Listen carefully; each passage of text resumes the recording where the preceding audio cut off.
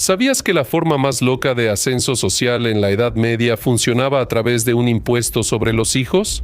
Los otomanos lanzaron una cadena militar única en la historia. Esta máquina debía producir soldados obedientes para el sultán, pero al final creó una fuerza que nadie pudo controlar.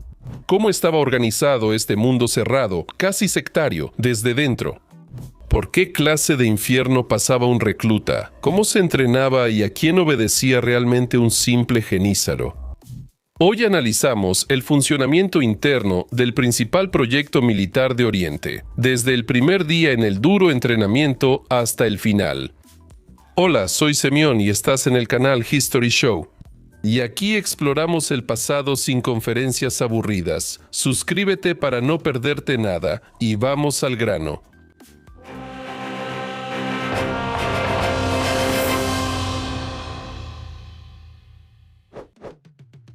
¿De dónde salieron los genízaros? Veamos el mapa del siglo XIV.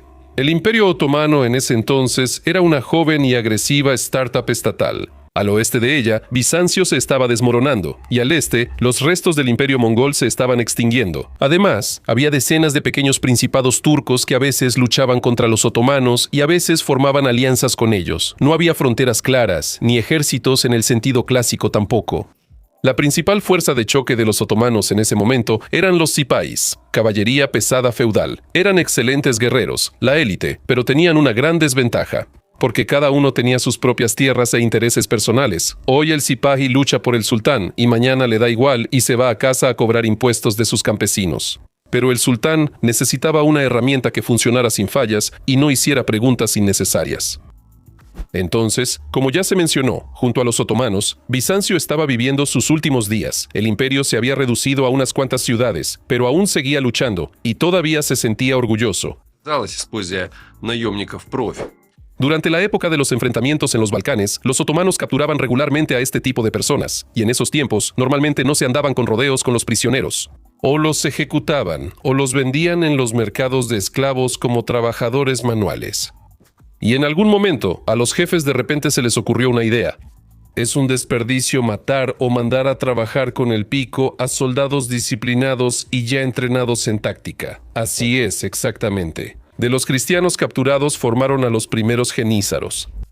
La idea de contratar extranjeros para la guardia personal es tan antigua como el mundo.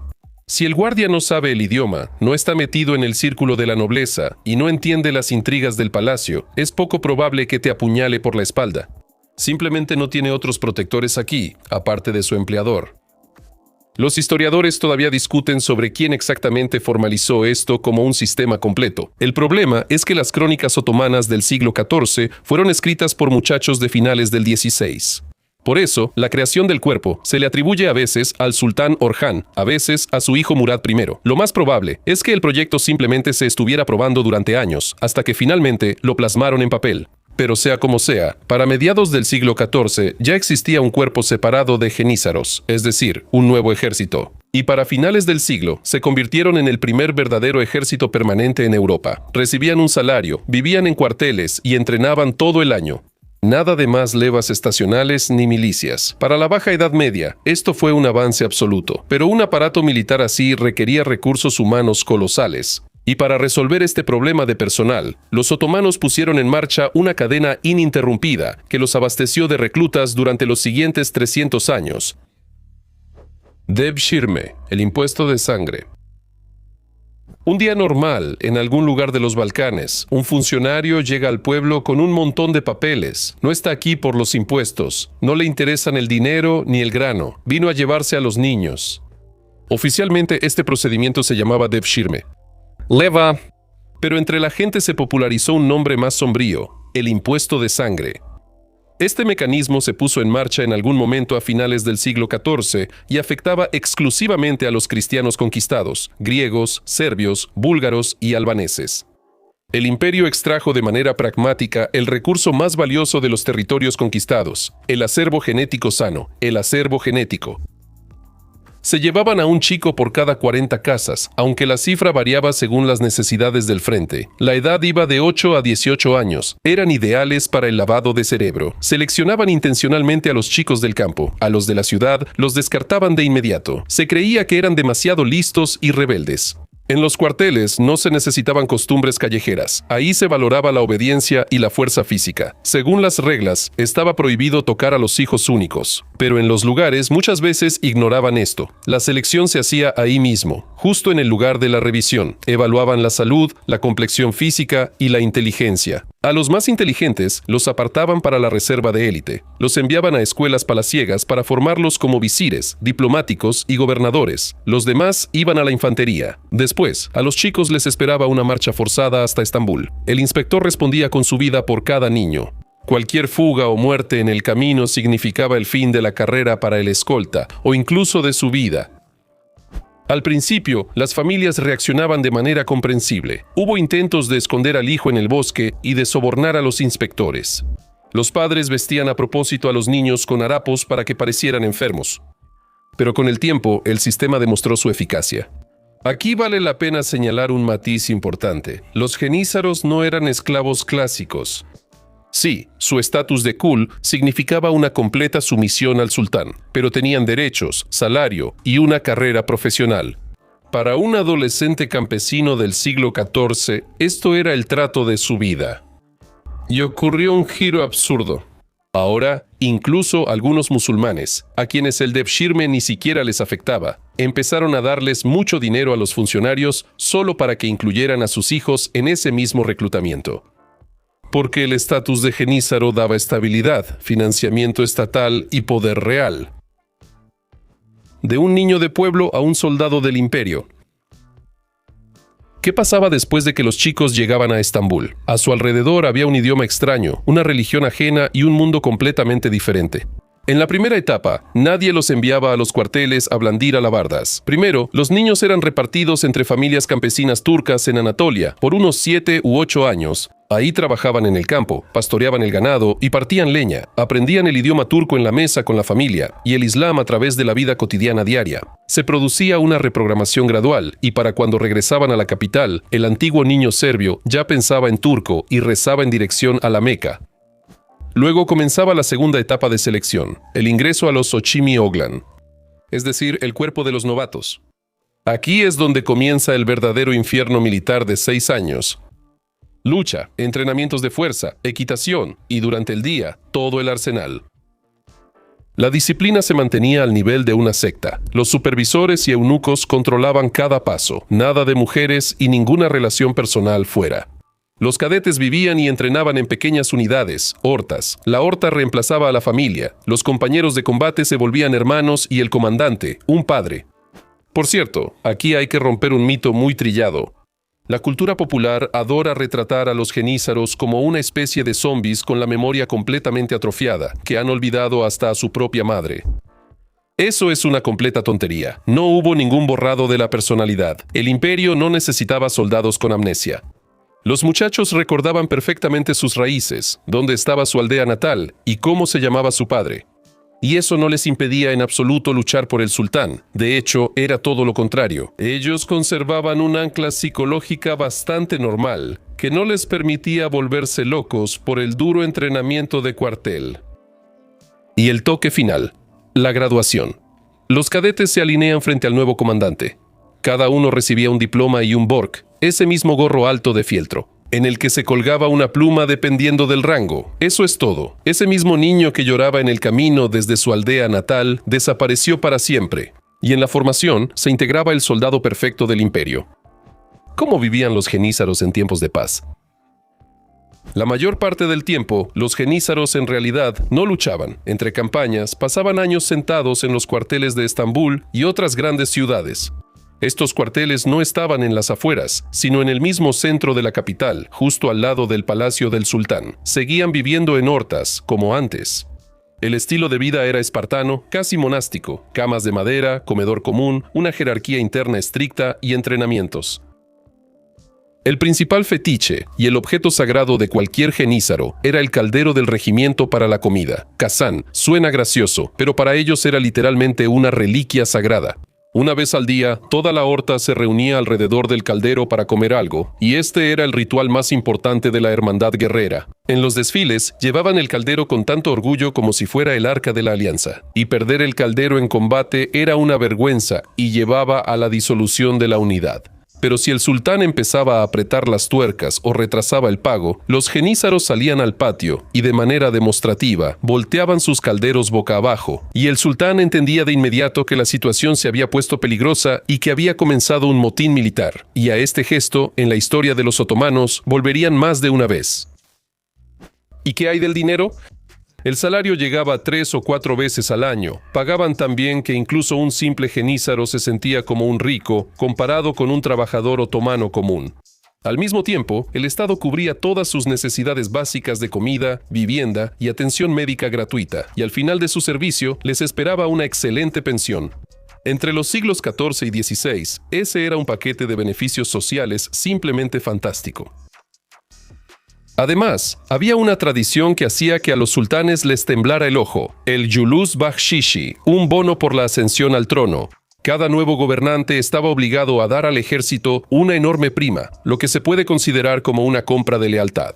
Si la tesorería estaba vacía, los sultanes se endeudaban de forma absurda solo para pagarle a la infantería, porque si no les pagabas, ellos volteaban las calderas. En tiempos de paz, los genízaros trabajaban como una especie de protección civil y fuerzas especiales de la ciudad al mismo tiempo. Apagaban incendios, patrullaban los mercados, perseguían a los bandidos y protegían a los funcionarios. Además, el cuerpo era completamente autónomo, tenían sus propios herreros, armeros e incluso sus propios cocineros.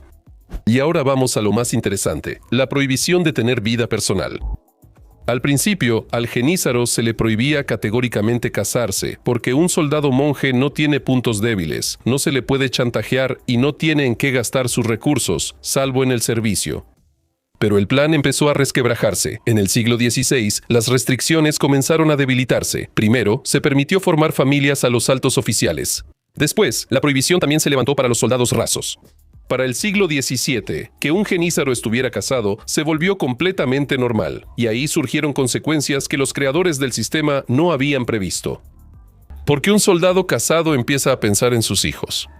Quiere acomodar a su hijo en un buen puesto con una buena ración estatal.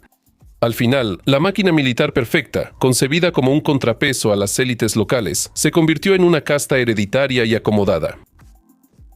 Los genízaros en el campo de batalla siempre estaban estrictamente en el centro. En los flancos se movía la caballería ligera, que causaba confusión, rompía la formación enemiga y la arrastraba hacia el centro, donde los genízaros se encargaban de ellos. Ellos permanecían como un bloque monolítico y esperaban su momento bajo el estruendoso y psicodélico sonido de la orquesta militar. Primero eliminaban a los enemigos con arcos, luego con ballestas, y a finales del siglo XIV y principios del XV, la infantería otomana pasó a usar armas de fuego. Para esa época, eso era un gran riesgo. Los primeros arcabuces eran armas caprichosas, tardaban mucho en recargarse, y bajo la lluvia se convertían en simples palos metálicos inútiles.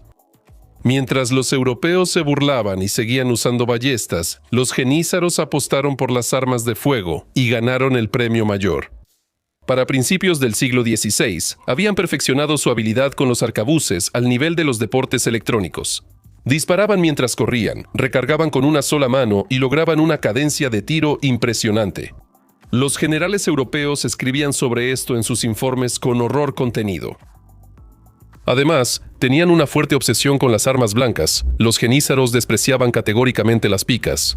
En su opinión, apuñalar al enemigo con un palo largo desde detrás de las espaldas de otros era cosa de cobardes. Un verdadero guerrero debía mirar al enemigo a los ojos. Por eso, en el combate cuerpo a cuerpo usaban sables y su arma característica, el yatagán. La táctica funcionaba a la perfección, pero cualquier estrategia dominante llega a su fin. A finales del siglo XVII, Europa aprendió de sus errores, adoptó la táctica lineal, una estricta disciplina de fuego y una nueva infantería regular. Y eso fue solo el principio del fin. La Edad de Oro y el inicio de la transformación. Toda estructura poderosa tiene su punto máximo histórico.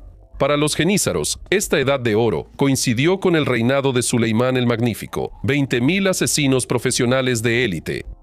Ellos toman Belgrado, arrasan Rodas y aterrorizan Viena. El salario se paga puntualmente, la disciplina es de hierro y el Devshirme suministra regularmente a los mejores muchachos balcánicos. Parecería una máquina perfecta. Pero en 1594 apareció una grieta fatal en los cimientos. Los otomanos permitieron oficialmente que musulmanes nacidos libres se unieran al cuerpo, una excusa bonita. Permitir que los hijos de los viejos genízaros continuaran el trabajo de sus padres, pero en realidad fue dispararse en el pie. Porque el concepto de Devshirme se basaba en tomar personas sin conexiones, que no tuvieran ni clan, ni tierras, ni protección. Pero el hijo de un genízaro ya es nepotismo. Tiene a su padre que puede interceder por él. Tiene familiares, vecinos e intereses comerciales. El aislamiento social por el cual se inició todo esto se fue a la basura. Y después fue aún peor. Para el siglo V, la credencial de genízaro se convirtió en un pase VIP a una vida mejor, dinero estable, exenciones fiscales e inmunidad judicial. Naturalmente, todos querían entrar a ese club exclusivo. Los oficiales empezaron simplemente a vender los lugares. En la lista del cuerpo metían por montones a comerciantes, artesanos y pequeños funcionarios. La gente compraba el estatus, recibía un salario del gobierno y en toda su vida nunca había sostenido un mosquete. Para mediados del siglo XVIII en los papeles había 110.000 personas, pero en realidad, entre ellos, los soldados capaces de combatir eran muy pocos. El sistema de Devshirme simplemente murió en silencio. Ya no era necesario secuestrar a nadie en los Balcanes. La fila de quienes querían comprar un puesto ya tenía kilómetros de largo. El resultado es predecible. Cuando las fuerzas especiales de élite se convierten en un nido de corrupción, el entrenamiento militar se va al abismo. Los nuevos soldados venían por los beneficios, no para morir por el imperio. Los veteranos miraban este circo con horror, pero ya no había frenos. El cuerpo perdía capacidad de combate rápidamente, pero al mismo tiempo ganaba un peso político colosal. Los genízaros dejaron de ser un ejército y se convirtieron en una mafia armada hasta los dientes. Y pronto veremos qué pasa cuando la mafia tiene las llaves de la capital. Los genízaros como fuerza política. En algún momento, el sultán dejó de ser el jefe para los genízaros y se convirtió en un estorbo molesto que simplemente podían eliminar. La primera prueba dura para el sistema ocurrió en 1622. El sultán Osman, segundo de 19 años, era un joven ambicioso e inteligente. Él se dio cuenta de que su guardia personal se había convertido en la principal amenaza para el Estado. Por eso planeaba reunir un nuevo ejército en el este y disolver de una vez ese cuerpo de privilegiados. Pero los genízaros se enteraron de la reforma antes de que el sultán pudiera hacer algo al respecto. Las calderas vuelan hacia arriba de manera demostrativa. Al regresar durante el día, la multitud armada va a asaltar el palacio. Osman intentó hacerse pasar por comerciante y escapar en silencio, pero no funcionó. Lo atraparon y lo estrangularon. Por primera vez en la historia del Imperio Otomano, la propia guardia ejecutó al gobernante en funciones. Y después de Osman comenzó una verdadera cadena de golpes de Estado. No siempre terminaban en muerte. A veces al gobernante simplemente le pedían amablemente, pero con insistencia, que se fuera o lo ponían bajo arresto domiciliario. Hasta el final de sus días, el mecanismo funcionó como un reloj. Siempre había un motivo para provocar disturbios. El cuerpo de genízaros lanzaba un ultimátum y el palacio capitulaba. Una obra maestra aparte de la tecnología política fue la rebelión de 1730, era la llamada Era de los Tulipanes. Suena bonito, huele a arte y a un renacimiento cultural. Pero en realidad, el imperio está perdiendo guerras. La economía se va al abismo, y la élite de la capital está obsesionada con las tendencias europeas, lo que vuelve locos a los conservadores. Los genízaros aprovecharon magistralmente esta ola de odio. Como líder formal de la revuelta pusieron a Patrona Jalil, un soldado retirado que vendía chucherías en el mercado. En un par de días, reunió a una multitud de miles de personas, derrocó al sultán Ahmed III y puso en el trono a su propio protegido, Mahmud I. Por cierto, después Mahmud se deshizo de Jalil, que se había vuelto insolente por la impunidad, y de sus secuaces. A finales del siglo XVIII, los genízaros se convirtieron en verdaderos estados dentro del Estado. En la capital, controlaban barrios enteros según sus propias reglas y promovían a las personas que querían a puestos ministeriales. Y en las regiones, las guarniciones de genízaros evolucionaron en verdaderas bandas criminales autónomas que aterrorizaban a los locales y abiertamente desafiaban al gobierno central. En 1789 sí, justo cuando en Francia estalló su propia revolución, Selim III sube al trono. El tipo decide que ya es hora de acabar con este circo y lanza el programa Nizam-i Jadid, el nuevo orden. En sus planes estaba formar un ejército europeo decente, con tácticas actuales y oficiales competentes. Selim no se arriesgó y construyó esta estructura en paralelo a los jenízaros, asignándole cuidadosamente un presupuesto aparte, pero no tuvo suerte. En 1807 estalló otra rebelión. El motivo oficial para el motín era en realidad insignificante. Gracioso. A los jenízaros les propusieron vestirse con uniformes de corte europeo. Uno pensaría, ¿por qué tanto alboroto por eso? Pero la cúpula del cuerpo no estaba formada por idiotas. Ellos entendían perfectamente. Hoy te pones un uniforme europeo y mañana marchas según el reglamento europeo bajo las órdenes de nuevos comandantes. Por eso, los calderos volvieron a caer al suelo. Selim fue obligado a abdicar y al año siguiente lo estrangularon en la misma prisión donde alguna vez estrangularon a Osman II. La historia se repitió exactamente igual casi 200 años después. Pero esta vez, el sistema falló fatalmente bajo el nuevo sultán Mahmud II.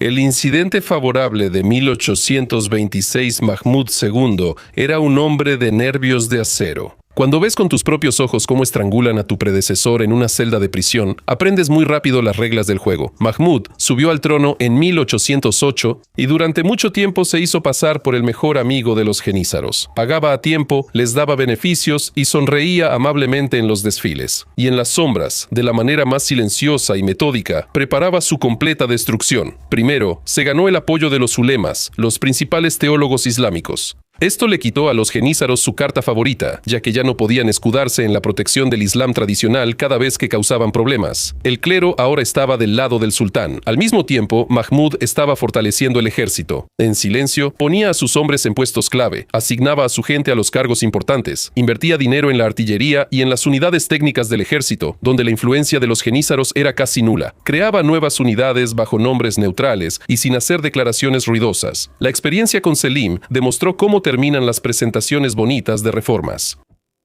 En mayo de 1826, la trampa se cerró. El sultán anuncia la creación de nuevas unidades de infantería con instrucción europea y propone a los jenízaros que asignen 150 hombres de cada horta para intercambiar experiencias.